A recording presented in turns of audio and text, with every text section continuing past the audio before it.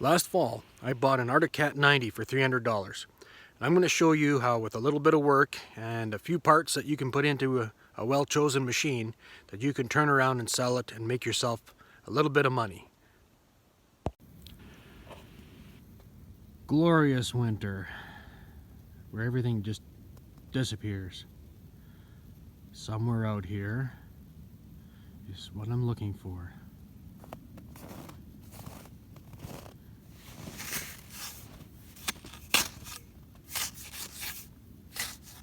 Here, kitty, kitty, kitty. Ooh. Ah, there's something in there. I dig that out. Good thing I tarped it. Wouldn't want all that snow to cover it up. Might need the truck to pull it out of here.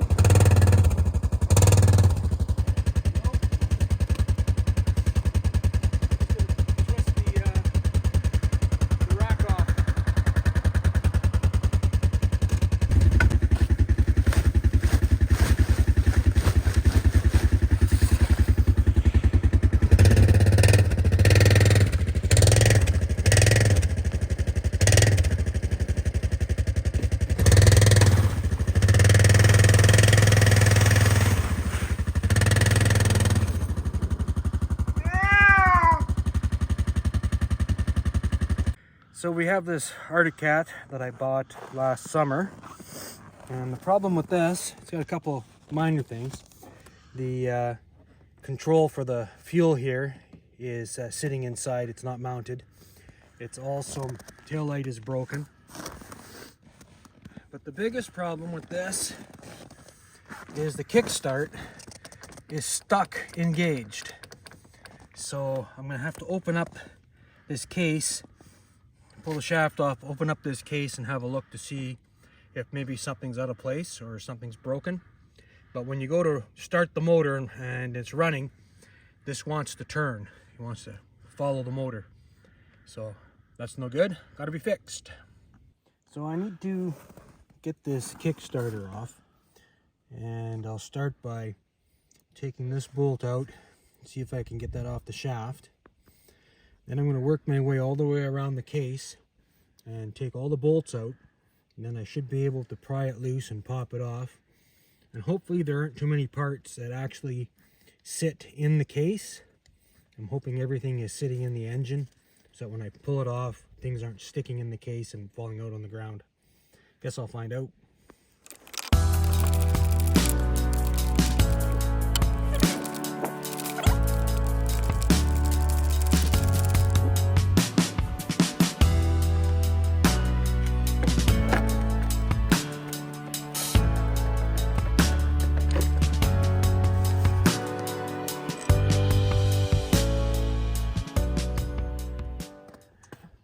So if you look, you can see there's a groove on this, and that's what the bolt goes into, that groove when it pinches that clamp closed on the splines, and that stops it from sliding off the shaft.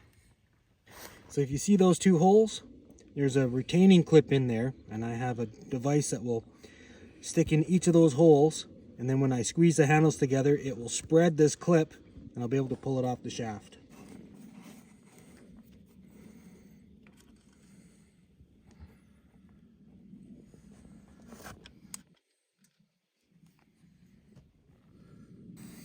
So all the way around this case, there's a bunch of bolts, and they all have to come off. So I'm just going to work my way around.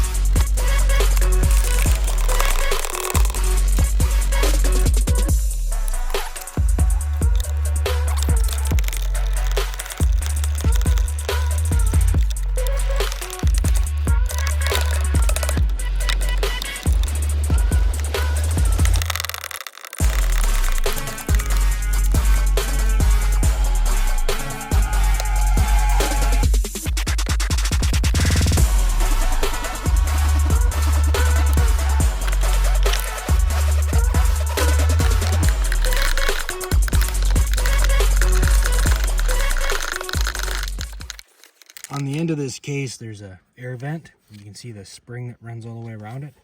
It should just slide off like that.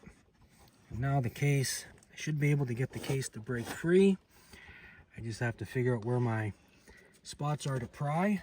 It looks like there's a spot here where there's a lip, and there should be another one on the other side, and there is. So now I'll just see if I can get in there and get it to break the seal.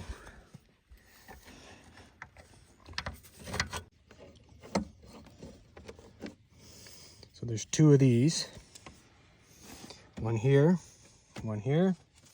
This should just come off now.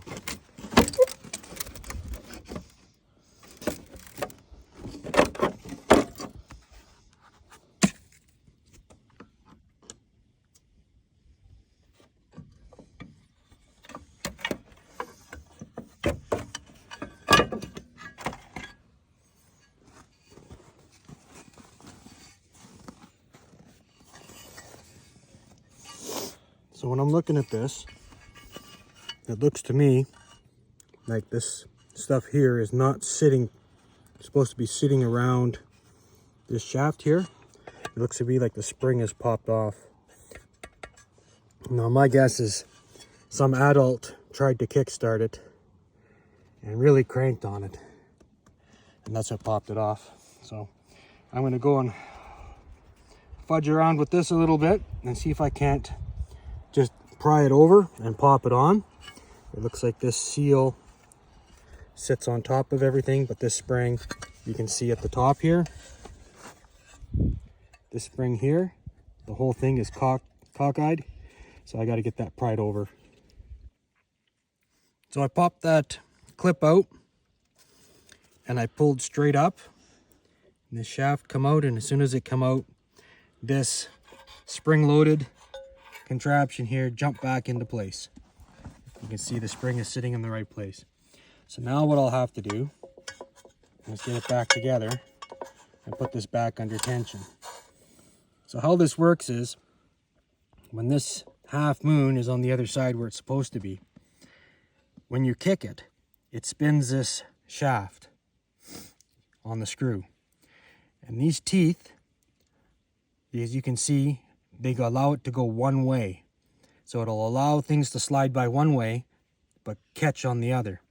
And that catches on these right here, which are similarly designed. They're sloped up and then a sharp edge. Sloped up and a sharp edge.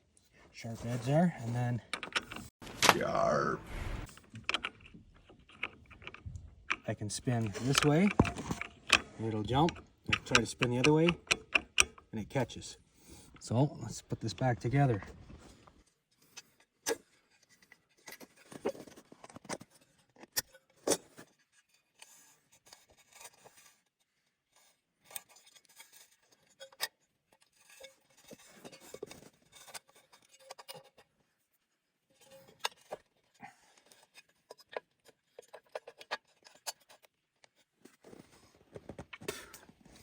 And this kicks.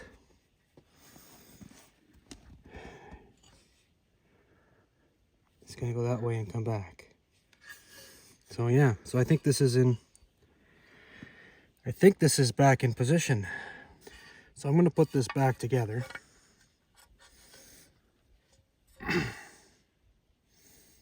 And give it a test.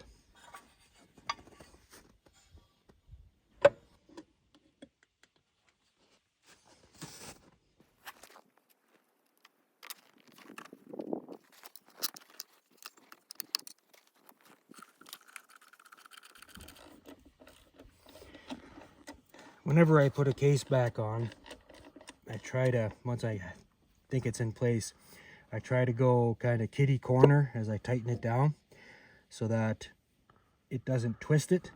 I get a nice flat, even tighten. Shouldn't be a problem with this, but it's just a habit I've gotten into.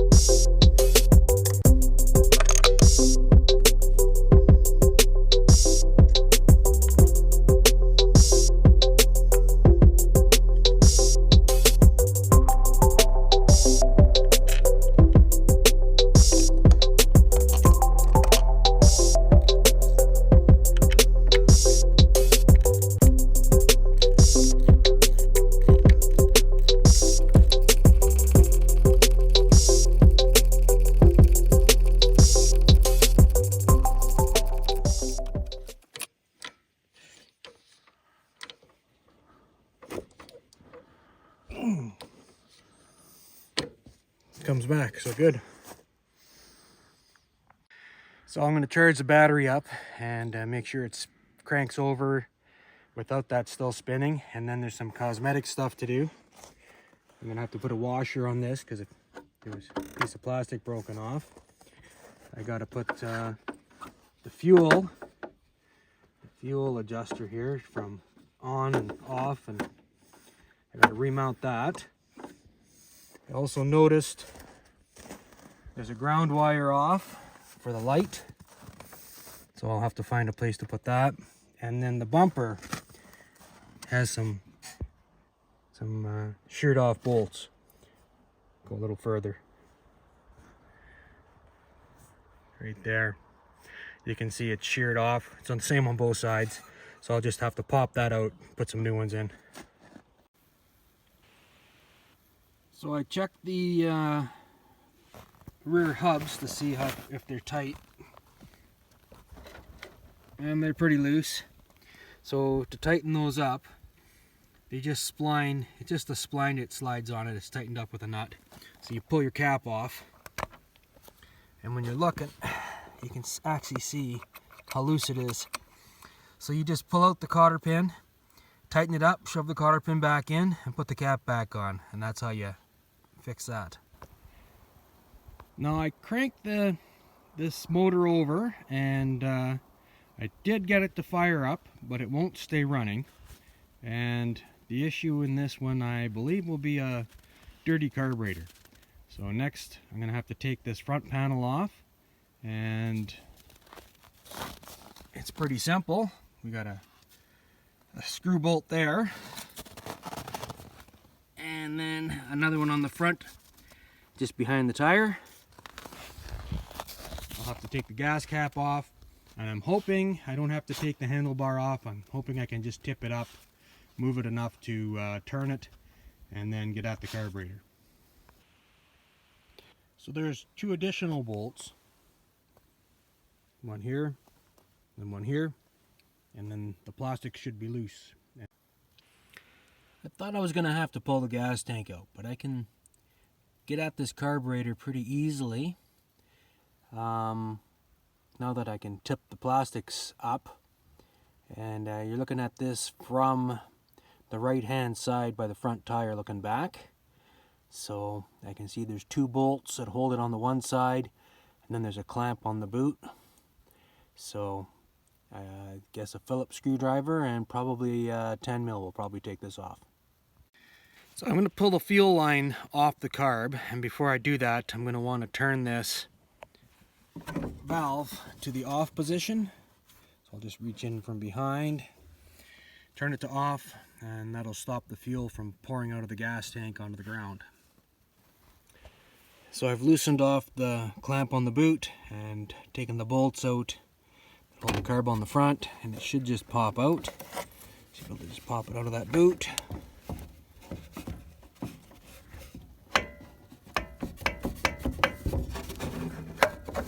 Might have to pry the screwdriver.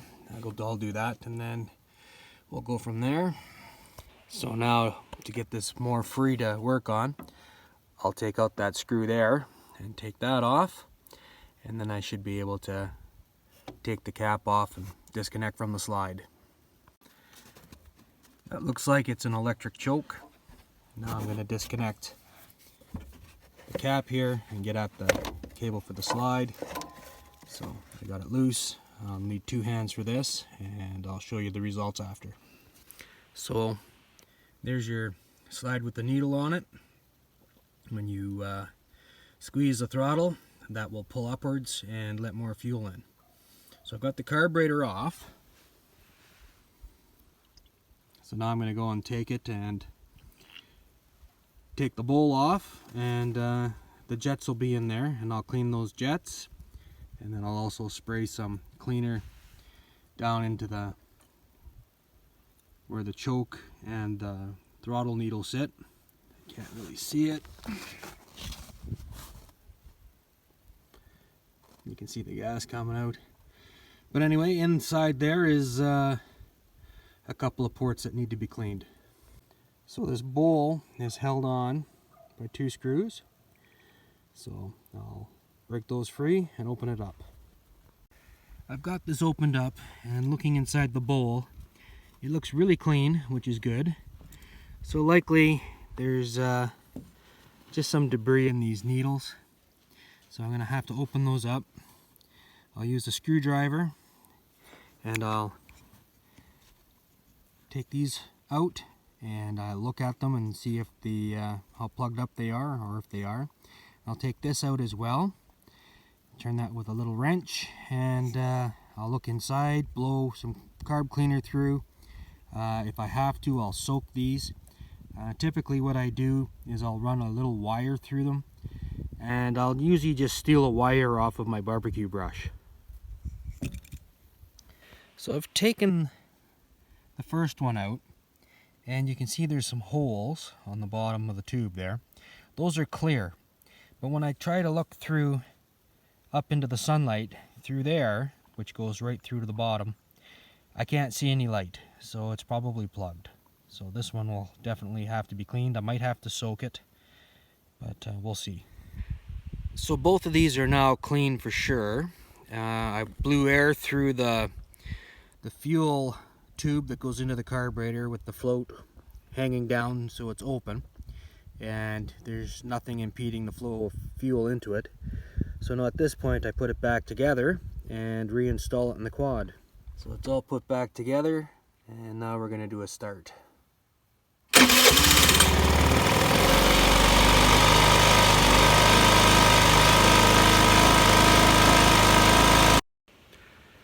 After I hooked up the headlight and tried turning it on, there was no light, which is strange for an LED to burn out. So I tested the voltage and found that the voltage was over 17 volts, which is pretty high. So the rectifier or voltage regulator failed. So bought one on Amazon, and it looks quite a bit different. The original one looks like kind of a pot, you'll see. And it's pretty much just take a screw bolt out and put the other one on, and it's plug and play and all fixed. So I put that round Cyclops bumper light on it. I got one last ride left in me.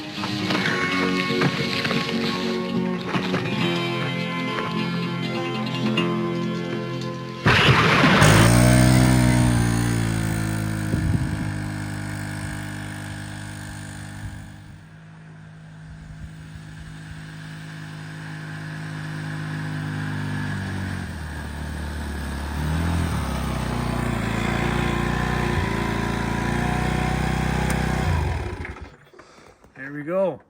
It has a speed limiter on it, so that's as fast as it'll go without making any modifications.